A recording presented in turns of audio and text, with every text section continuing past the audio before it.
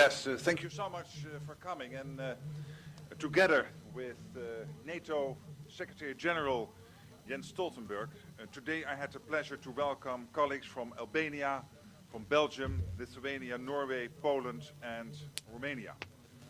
We, as allies from different parts of the NATO area, have looked ahead at next month's NATO summit in Vilnius.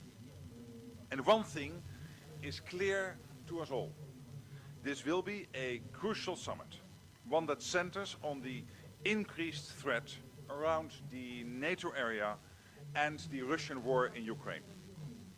In recent days, we have all watched events unfolding in Russia with great concern, and much is still unclear.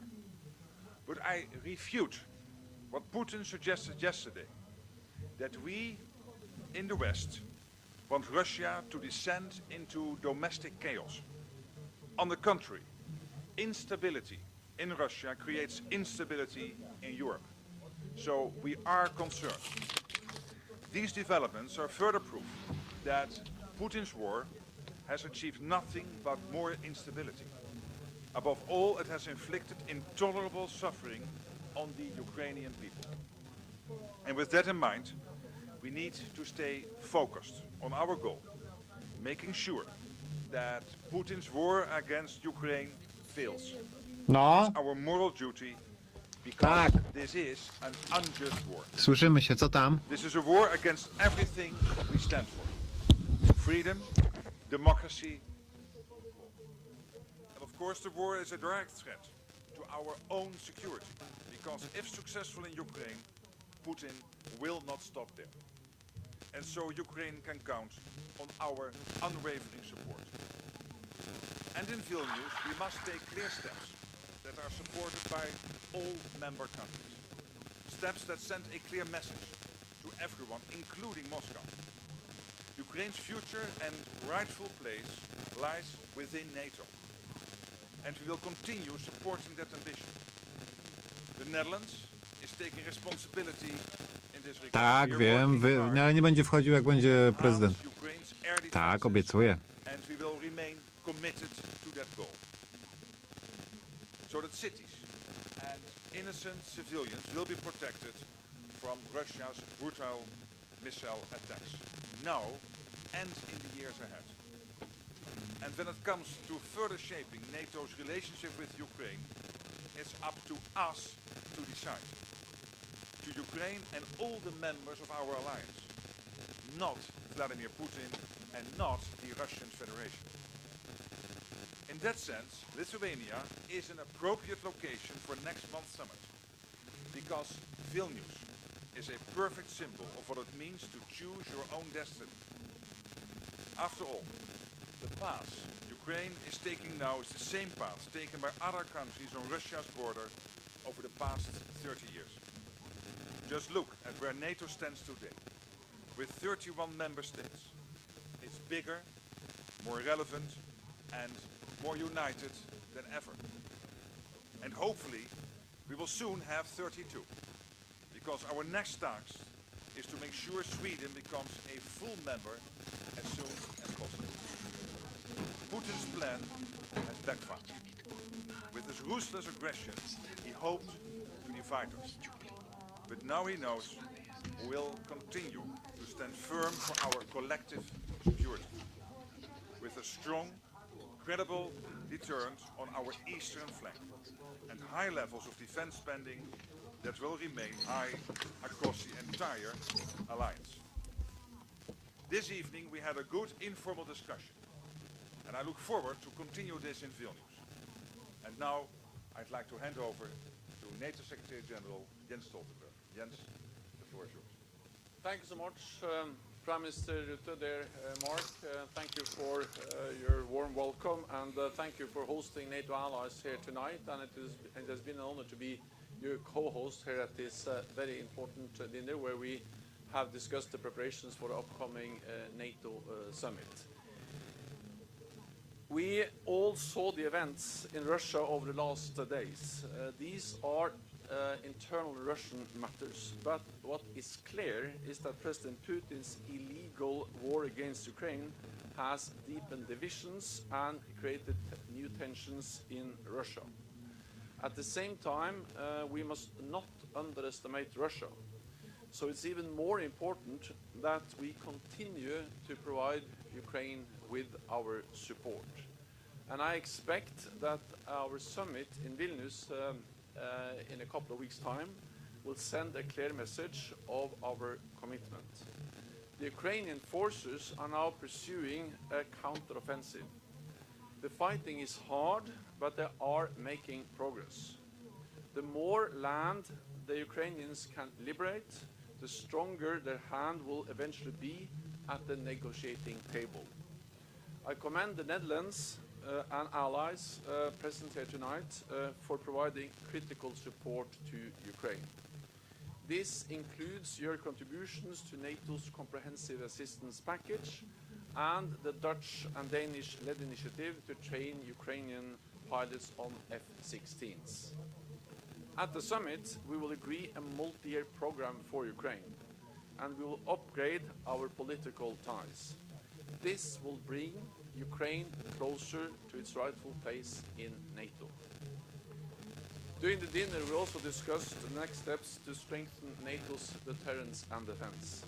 We are putting in place new defense plans with assigned forces and capabilities and high levels of readiness. Yesterday, I was in Lithuania to visit exercise Griffin Storm, which demonstrated that we can quickly reinforce the German-led battle group in Lithuania. And it also sent a clear message: NATO is ready to defend every inch of Allied territory. At the NATO summit, I also expect allies will agree on a more ambitious defense investment pledge, with 2% of GDP for defense as a floor, not a ceiling. Russia's war in Ukraine demonstrates that we cannot take peace for granted and that we must invest more in our security. So again, Prime Minister, dear Mark, it is a great pleasure to be here tonight together with you and the other NATO allies. Thank you, Jens. I would like to give the floor now to the host of the NATO summit in Vilnius, the President of Lithuania.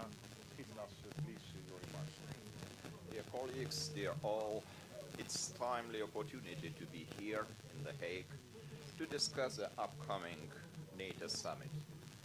Thank you, Mark, for your hospitality. The Vilnius NATO summit comes to the eastern border of alliance. This is symbolic at the time we are living. Since the NATO summit in Madrid, security situation in the eastern flank has only worsened. Russia deploys tactical nuclear weapons in Belarus. Last Saturday, we all have seen the mutiny of the Wagner group in Russia. If Wagner deploys its serial killers in Belarus, all neighboring countries face even greater danger of instability.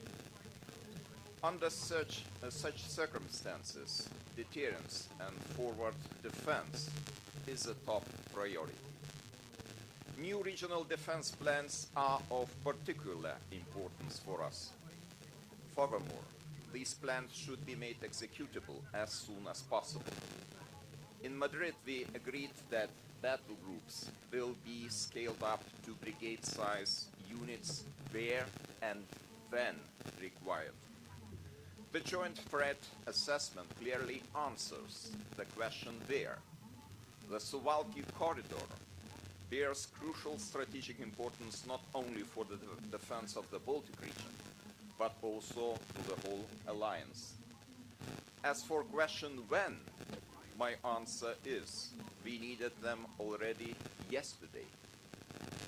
For us, an essential element of forward defense is combat a ready Allied brigade in place. Let me remind you about specificities of our security situation. Lithuania is between heavily militarized Kaliningrad and Belarus.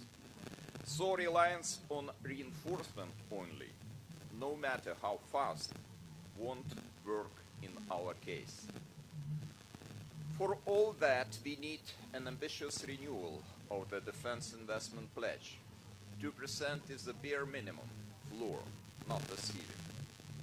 We need to invest more to strengthen our defenses, to deter threats, reinvigorate allies' defense industries, and to continue supporting Ukraine. Lithuania remains steadfast in increasing defense spending. In 2023, it has reached 2.5% of our GDP. We allocated additional 1 billion euros just for host nation support to ensure the best infrastructure for allies' deployments and presence in Lithuania. One more very important question we will discuss in Vilnius is the future of Ukraine and NATO relationship. Lithuania is a staunch supporter of Ukraine's membership in NATO. Ukraine is part of the Euro-Atlantic security architecture. We should agree on a political pathway for Ukraine towards NATO membership and make this pathway as simple as possible. We support the creation of NATO-Ukraine Council. The inaugural meeting of the Council could be held in Vilnius. Last but not least, I do expect that we will be able to greet Sweden as a 32nd NATO ally in Vilnius. It is still possible. Thank you. Thank you, Gitanas. I'd like to give the floor to the President Poland, Andrzej. Thank you very much.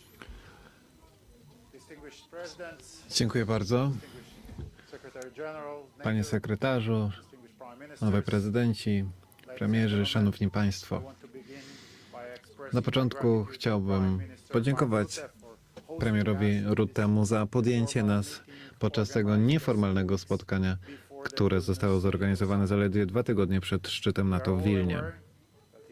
Wszyscy jesteśmy świadomi, że będzie to kluczowy szczyt NATO, szczególnie biorąc pod uwagę sytuację bezpieczeństwa w Europie po rosyjskiej agresji przeciwko Ukrainie. W ciągu ostatnich 16 miesięcy Polska podjęła poważne kroki, by wzmocnić swoje bezpieczeństwo i robiąc to również bezpieczeństwo NATO i naszą wspólną odporność w obliczu rosyjskiej agresji. Poczyniliśmy historyczne inwestycje w naszą infrastrukturę, technologię, zdolności przemysłowe i zbrojeniowe. Ponadto pogłębiliśmy nasze zaangażowanie i współpracę z partnerami i sojusznikami z całego świata. Doceniam, że możemy liczyć na innych sojuszników w tym zakresie. Zmierzamy w tym samym kierunku, aby osiągnąć Europę, która jest bezpieczna, która rozkwita i aby było to bezpieczne miejsce. Jednocześnie wiemy, że musimy o wiele więcej zrobić, jeżeli chodzi o bezpieczeństwo krajów członkowskich NATO, bezpieczeństwo Europy i też jeżeli chodzi o porządek światowy i prawo międzynarodowe. Podczas spotkania wskazałem 5 obszarów, które jest bardzo ważnych dla nas, które są powiązane z wyzwaniami, z którym musieliśmy stawić czoła. Dla Polski jest to bardzo ważne, aby wzmacniać i dopasowywać obronę i odstraszanie NATO, zapewnić długoterminowe wydatki na obronę przez wszystkich sojuszników, sfinalizować akcesję Finlandii do NATO, Szwecji do NATO, sprawić, aby sojusz się rozwijał i jednocześnie wypracować długoterminowe podejście odnośnie tego, jak odpowiedzieć na zagrożenia gospodarcze, militarne ze strony Rosji.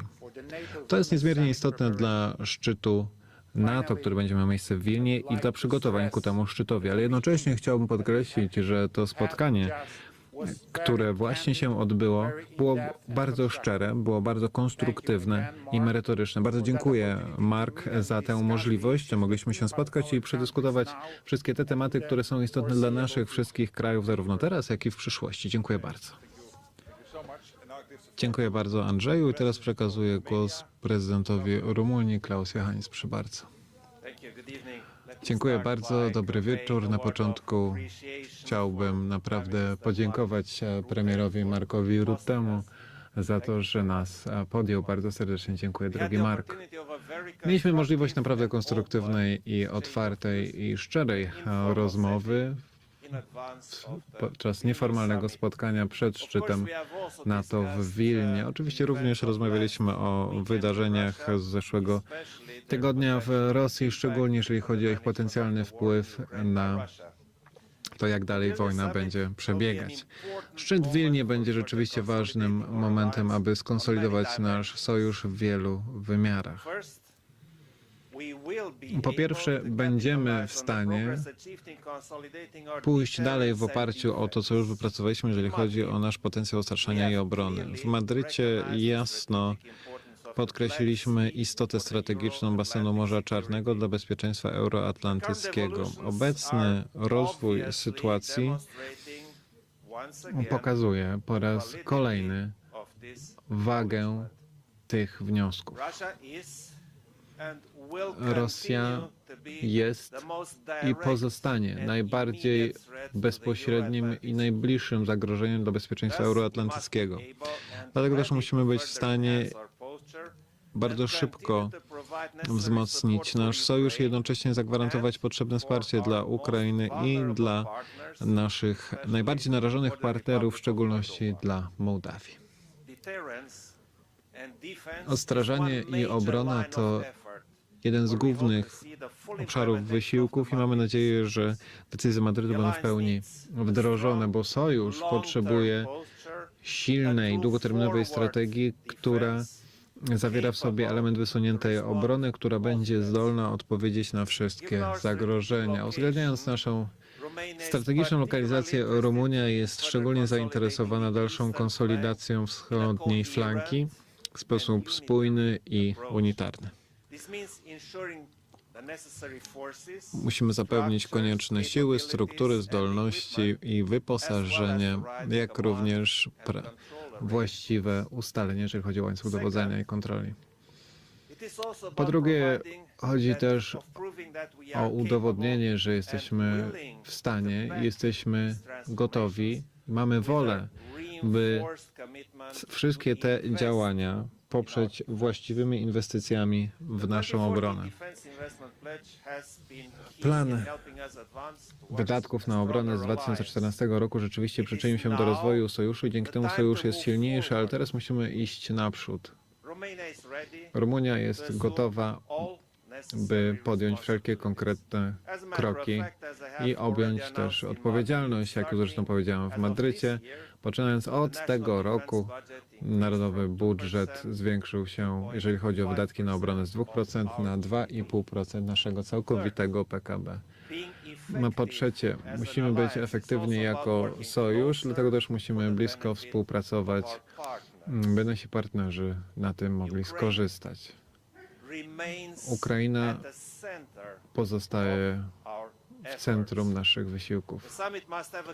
Szczyt musi mieć, czy też musi osiągnąć namacalny rezultat dla Kijowa poprzez zwiększenie naszego wsparcia praktycznego, szczególnie jeżeli chodzi o mierzalny postęp akcesji Ukrainy do NATO. Wsparcie Rumunii dla Ukrainy i stała się pełnoprawnym członkiem, to wsparcie jest dobrze znane. My jesteśmy silnym adwokatem Kijowa. To właśnie w Bukareszcie w 2008 roku sojusznicy zdecydowali, że Ukraina zostanie członkiem NATO. W Wilnie musimy iść dalej. Jest to kwestia odpowiedzialności i zaufania w nasze relacje z Ukrainą, ale jest to też kwestia wiarygodności dla sojuszu. W Wilnie spotkamy się z prezydentem Zełeńskim. Mamy nadzieję w formacie nowej Rady NATO-Ukraina. Po czwarte, nie powinniśmy zapomnieć o partnerach, którzy są bardziej narażeni w regionie, w szczególności jeżeli chodzi o Republikę Mołdawii. Bezpieczeństwo tego kraju i bezpieczeństwo Ukrainy są połączone ze sobą.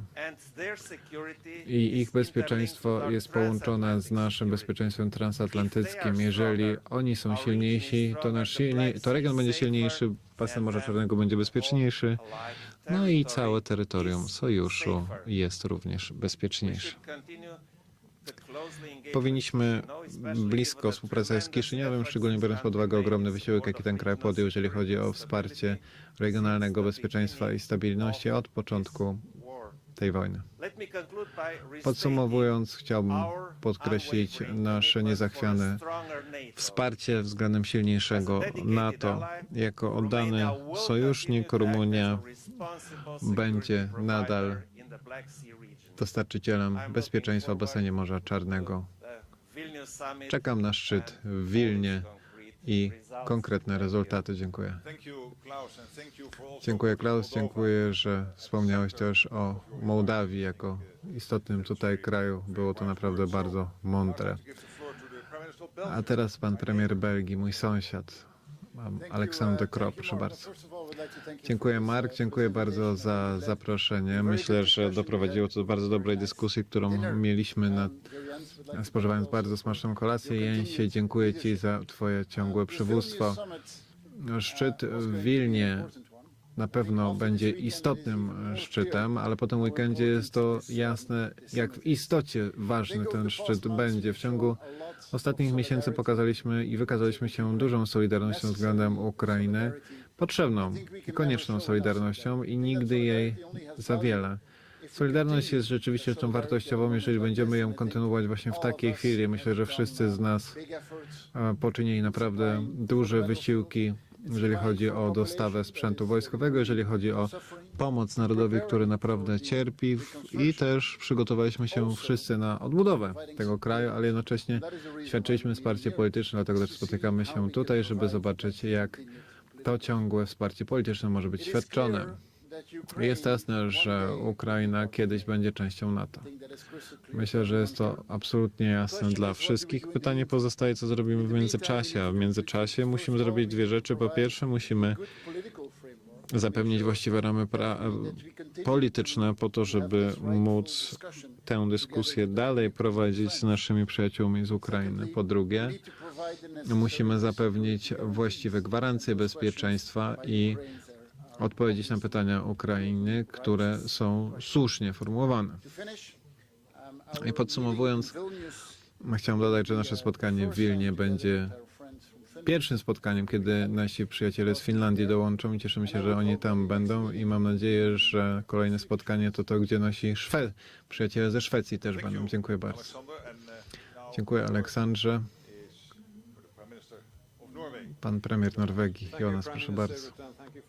Dziękuję, panie premierze. Powiem krótko. Byłem na spotkaniu premierów krajów nordyckich wraz z premierem Kanady. To spotkanie miało miejsce na Islandii.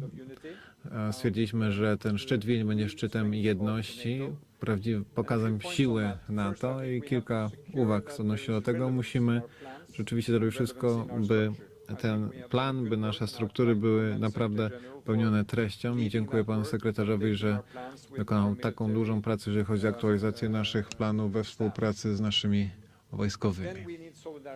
No i potrzebna jest nam solidarność. Solidarność, która przejęła się w dwóch obszarach. Jeżeli chodzi o flankę wschodnią, szczególnie uwzględniając wydarzenia, do których ostatnio doszło. Jesteśmy tutaj na dobrej drodze przed szczytem w Wilnie. Zresztą będę na Litwie, gdzie odwiedzę norweskie siły zbrojne, które też gwarantują tam bezpieczeństwo. No i jest temat Ukrainy. Uważam, że dojdziemy do sytuacji, gdzie silne wsparcie będziemy mogli jeszcze raz zaoferować Ukrainie, które już oferujemy. Norwegia przyjęła 5-letni plan wspierania Ukrainy co roku przez 5 lat w sposób humanitarny, wojskowy i gospodarczy. Podkreślimy to jeszcze raz we współpracy z sojusznikami NATO i Ukraina powinna być, przecież Ukrainie powinno się zabezpieczyć dalszą drogę integracji z NATO. I jak moi koledzy już mówili, w Madrycie w zeszłym roku uzgodniliśmy, że Finlandia i Szwecja spełniają kryteria, by dołączyć do NATO. Finlandia jest we właściwym miejscu i nie możemy tracić czasu, żeby Szwecja również dołączyła, ponieważ spełnia wszystkie kryteria i Norwegia zrobi wszystko, co może wraz z sojusznikami, by Szwecja też była w NATO. Dziękuję. I teraz wspaniały lider z Bałkanów, ale też wspaniały lider w NATO, pan premier Albanii. Proszę bardzo. Dziękuję, Mark. To zaszczyt, że mogę być tutaj z państwem I też nie mogę ukrywać podziwu wobec państwa jako kraju, Holandia jako kraj, gdzie no, nie ma dobrej kuchni. Kuchnia jest tu bardzo dobra. Ale tak może żarty na bok, chcę powiedzieć, że to naprawdę bardzo inspirujące, że możemy być częścią NATO w tych czasach i jednocześnie widzimy, że solidarność, stanowczość NATO i też wola NATO do działania i wspierania Ukrainy jest widoczna i jest to wola niezachwiana.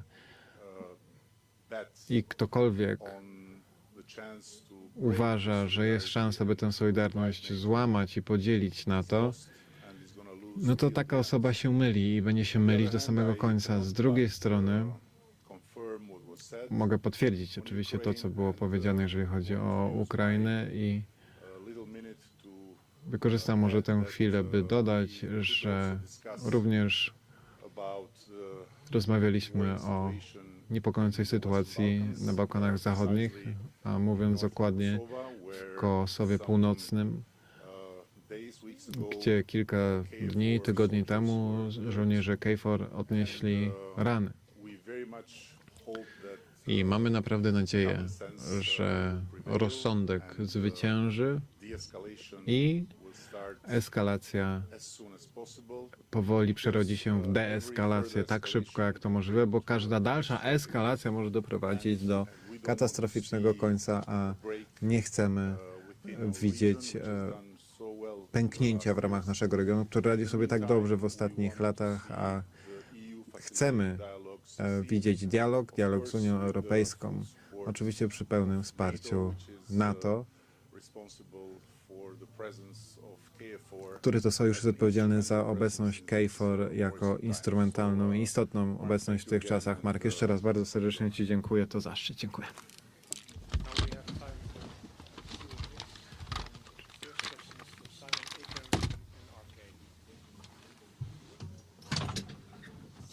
Thank you very much. I have a question for the Secretary General Stoltenberg. Following the statement earlier by the President of Lithuania, does the new confirmed presence of the Wagner warlord in Belarus change NATO's security evaluation concerning its member states? And if I may, Mr. Secretary, could you let us know when you will let us know that you will stay on as Secretary General for a while longer? Thank you. The consequences of the mutiny or the events we saw in Russia over the weekend and over the last days. I think it's too early to make any final conclusions on the long-term consequences, including for NATO. But what we can say is that we are, of course, closely monitoring the developments.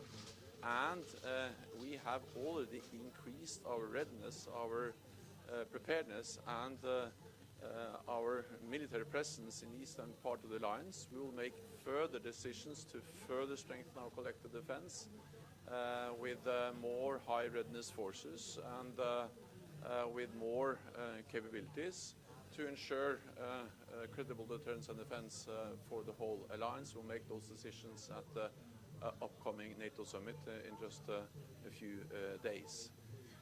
What is absolutely clear is that we have sent a clear message to Moscow and to Minsk that NATO is there to protect every ally, every inch of NATO territory. And we do that through what we communicate, but also through our actions by, over now several years, significantly increase our collective defense and the way we invest in our shared security.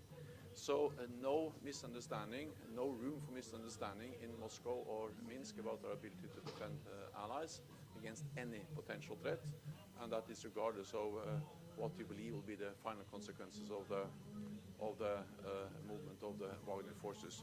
I think it's also actually too early to say exactly where those forces will end up and whether all of them will end up in Belarus. When it comes to myself, I have made my position clear many times. I have nothing more to add. I don't seek an extension, and that That is what I've stated many times before. Second question is for Anthony Deutsch from Reuters. You go ahead. Good evening.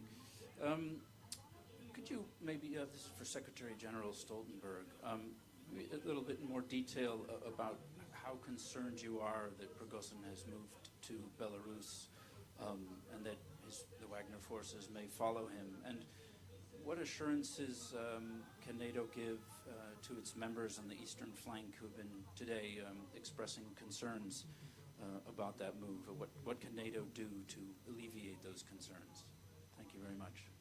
I just believe it's too early to make any final judgment about the consequences of the fact that Prigozhin has moved to Belarus, and that most likely also some of his forces will also be located to Belarus.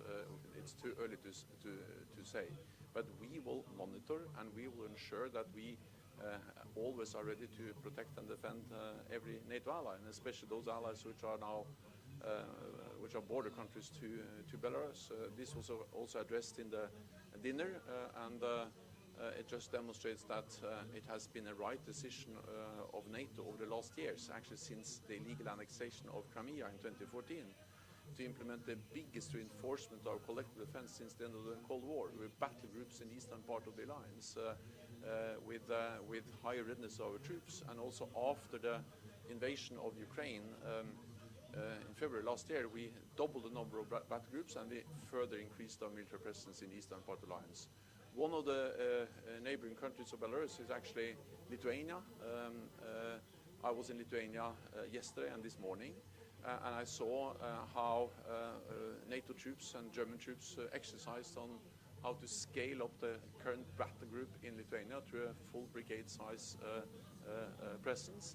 And also we saw the announcement of Germany as a NATO ally to further increase its presence in Lithuania. So we have the readiness, we have the forces, we have the plans, and not least we have the commitment and the resolve to deploy what is necessary when and whenever needed, to ensure that there is no misunderstanding about our ability to protect every inch of NATO territory. And we do that not to provoke a conflict, but to prevent the conflict, and that is a message we send to any potential adversary, of course, including Moscow and Minsk. Next question. Question from the Dutch press for Prime Minister Rutte and Secretary General Stoltenberg, and any other leader who feels the need to respond. Did you all agree today on concrete steps regarding Ukraine's NATO membership? And what are these steps? And will the Netherlands and other NATO members send more troops to countries on the east flank? I hear there is readiness and there is a will and hope, but will the Netherlands and other countries send more troops? Thank you. Well, first of all, on Ukraine, I think the president of Lithuania already expressed that very clearly, but also the president of Romania, that after Bucharest we have to move further ahead. So we cannot just stick with the Bucharest language. So we are looking into decisions we can take at the NATO summit, which give a clear signal to Ukraine that their future is firmly within NATO.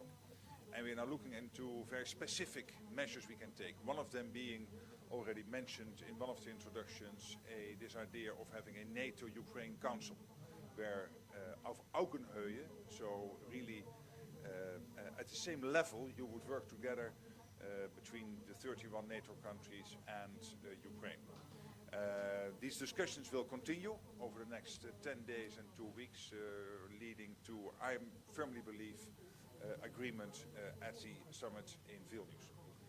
On your second question, we all agree that we have to do three things. We have to look at Moldova, the Black Sea, and generally the eastern flank.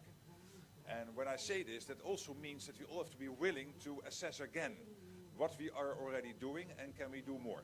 We have not taken decisions on that, but clearly this is something which is on the table, and Germany yesterday or today made a clear announcement on their commitment towards Lithuania, which is a commitment others could follow, but again, decisions have to be taken. I can just underline what Prime Minister Rutte just said. Consultations are ongoing. We are preparing the upcoming NATO summit, where I, as Mark Rutte, I'm absolutely confident that we'll find common ground on how to address Ukraine's membership aspirations. But let me just remind you of the following. Allies agree on a lot, also when it comes to membership for Ukraine. All allies agree that NATO's door is open, and we have demonstrated that by inviting Finland and Sweden to join the alliance. All allies agree that Ukraine will become a member. We have stated that again and again. And we also agree that it is for the NATO allies and Ukraine to decide when Ukraine should become a member. It's not for Russia. President Putin does not have a veto on NATO enlargement. But then the most important thing all allies agree on, not only in words but also in deed, and that is that the most imminent, the most urgent task now is to ensure that Ukraine prevails, that President Putin does not win in Ukraine. Because unless Ukraine prevails as a sovereign, independent nation, there is no membership issue to be discussed at all. So we focus on that, the military, the economic support. All the allies standing here have provided significant support to Ukraine, and I'm absolutely confident that at the summit we will also step up and sustain our support for Ukraine. We will also move forward on the membership issue by strengthening our practical support for Ukraine, including a multi-year program for transition from Soviet-era equipment to NATO standards and procedures, strengthen the political ties with the NATO-Ukraine Council, and then also, of course, find a way to address the specific way forward on the membership issue. Next question is for reporter Urbanik from Polsat. Good evening. Grzegorz Urbanek from TV Polsat. I have a question for President of Poland, Andrzej Duda. I'd like to ask you about main issues, expectations of Poland before upcoming summit in Vilnius. I precisely think about Polish security, the security of our borders, and the presence of American soldiers in Poland. Thank you.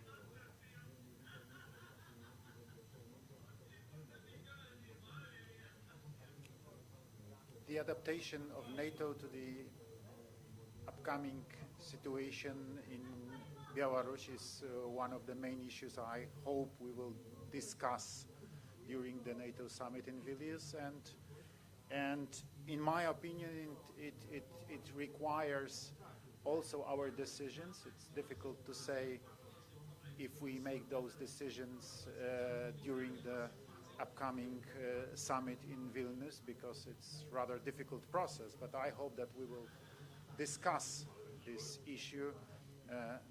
We heard those questions of ladies and gentlemen here about the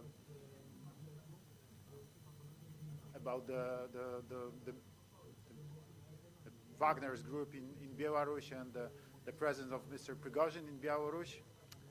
In my opinion, this is really serious and very concerning problem, and we have discussed, and we have to make some decisions, very strong decision. It, in my opinion, requires a very, very, very tough answer of NATO. Thank you. Next question is for Skodrani. Please go ahead. Good evening. Vinada Skodrani, Albanian Public Television. Prime Minister Rama, you compared the situation in North Kosovo with Donbass in Ukraine. Did you discuss the situation with Mr. Stoltenberg and the other colleagues, and what can we see as the solution? Thank you. Thank you. No, just to make it clear, I simply stated that the perspective of the creation of little Donbass in the middle of Europe because of further escalation is a real threat, and we all have to do what we have to do to prevent it to happen by encouraging, on one hand, the dialogue, bring it even in a higher level in the European Union with the support of US, and on the other hand, by making very clear through NATO that KFOR is there to guarantee the full integrity and also stability in case of any disruption that can happen exactly because of irresponsible de-escalation. So this is my concern, and we shared it, and I felt in Brussels, I feel here that everyone understands that it's time to act and to not allow this spiral of absurdities to take down what we have built so far with the help of the European Union in our region. Thank you. Final question is from Isopescu from Radio Romania News. Please go ahead. Thank you. For Mr. Klaus Iohannis, you talked about Moldova as a vulnerable partner. Is going to be Vilnius a different? Is going to bring Vilnius a different approach between NATO and Republic of Moldova? Could it be a new kind of assistance? And for Mr. Stoltenberg, sorry, the next meeting between Turkey and Sweden, could it be the decisive one for Sweden to become a NATO member? Thank you. The Republic of Moldova is an important preoccupation for me, and as I found out today, it's not only me, it's all of us. The situation in Moldova is dire, and I think it's our responsibility to find ways to help Moldova to enhance its resilience, its entire situation. And I'm very glad that the colleagues share this evaluation, and it would be really great if we had remarks on these issues in the conclusions at Vilnius. It's still possible to have a positive decision on Swedish membership by or on the Vilnius summit in a couple of weeks. And I spoke with President Erdogan about this on Sunday. And my message is that Sweden has implemented and delivered on the agreement that was made between Finland, Sweden, Turkey at the NATO summit in Madrid last year. And now the time has come to ratify and to complete the accession process for Sweden. This will be good for the Nordic countries, for the Baltic region, and for the whole of NATO, including Turkey. We agreed to convene a new meeting of Finland, Sweden, Turkey, and NATO. This meeting will take place in Brussels next week. I will share the meeting, and it will be a high-level meeting with the foreign ministers, the chief of intelligence, and the national security advisors. And the purpose of that meeting is, of course, to make progress so we can have a positive decision by the Vilnius summit on Swedish membership. Thank you all for visiting the press conference. Thank you. Good evening. Thank you.